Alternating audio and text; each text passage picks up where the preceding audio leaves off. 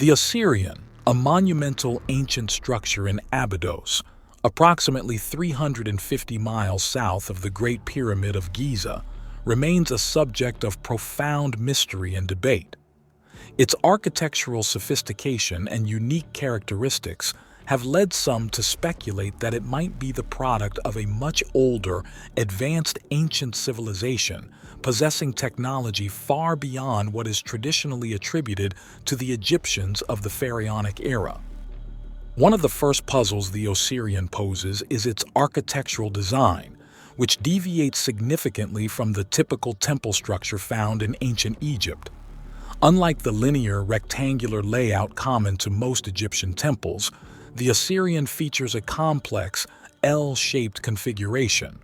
This anomaly raises questions about the intentions behind its design and construction. Further complicating matters is the Osirion's relationship with the Temple of Seti I, as it appears to predate the latter, suggesting it was a significant site long before Seti I decided to build his temple adjacent to it. The sheer scale of the Osirion is breathtaking. Massive rose granite blocks, some weighing 100 tons, form the core of this structure. These colossal stones were quarried from Aswan, located a staggering 200 miles away. The logistical challenges involved in moving these massive blocks across such distances, only to be placed in a desert location several miles from the Nile, are monumental. The transportation and placement of these enormous blocks defy the capabilities attributed to ancient Egyptians. The question then arises: how were these gigantic stones moved and precisely placed without any known evidence of advanced machinery? The architecture of the Osirion further fuels this enigma.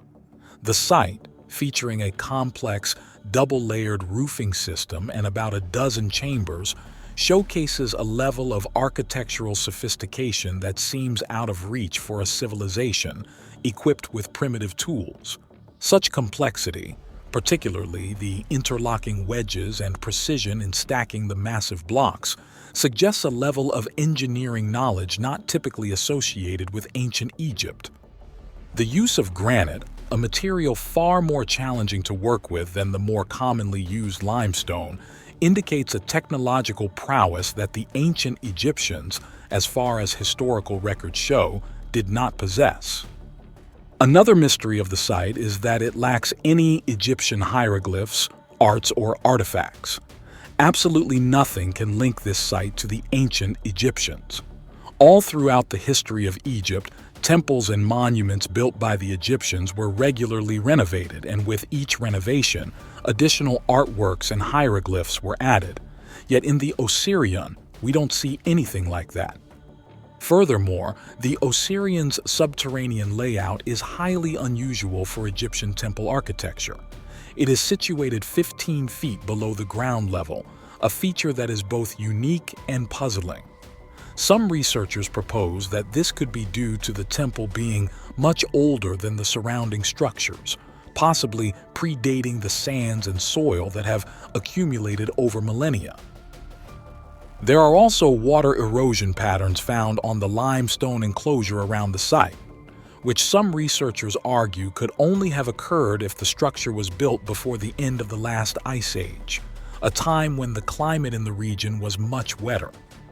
Perhaps the most intriguing aspect of the Osirion is its subterranean nature and the presence of water.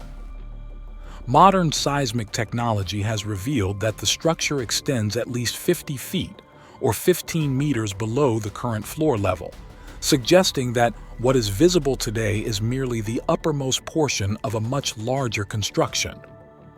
Moreover, seismic tests indicated the presence of hollow chambers within this depth. Just imagine what is hidden inside these underground chambers.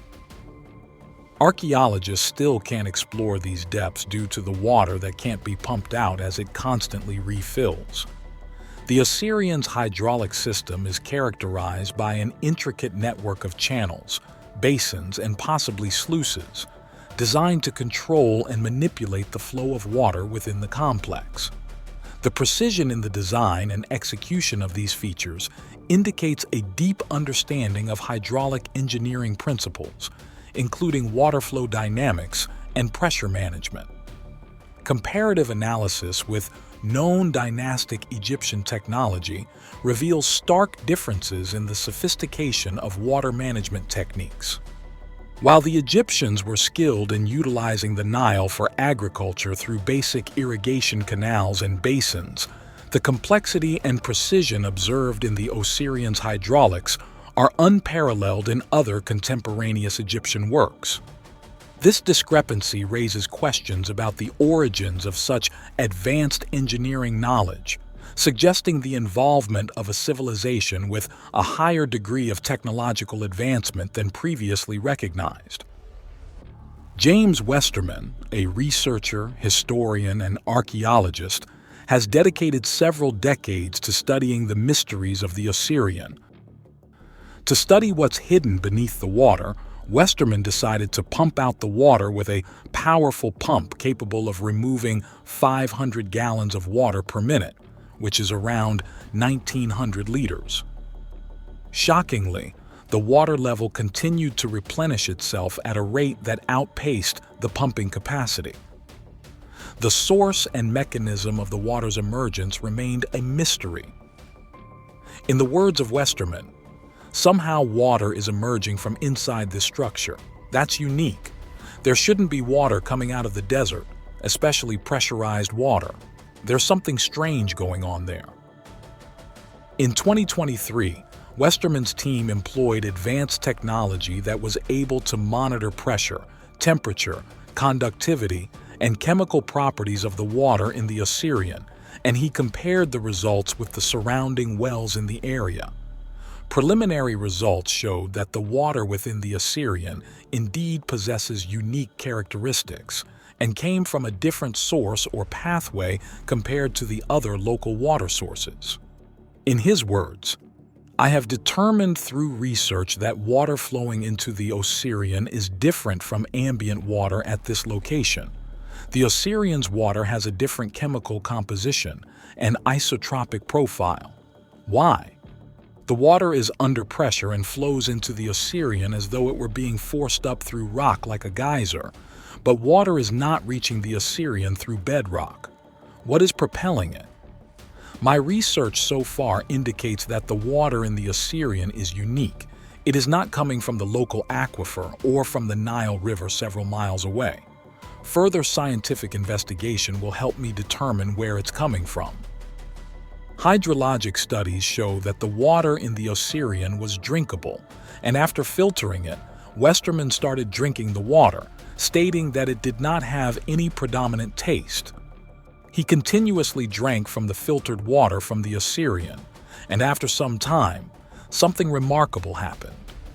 He experienced an unexpected improvement in his eyesight, and although he has been nearsighted since he was a kid, after taking an eye test, it was determined he no longer needed glasses.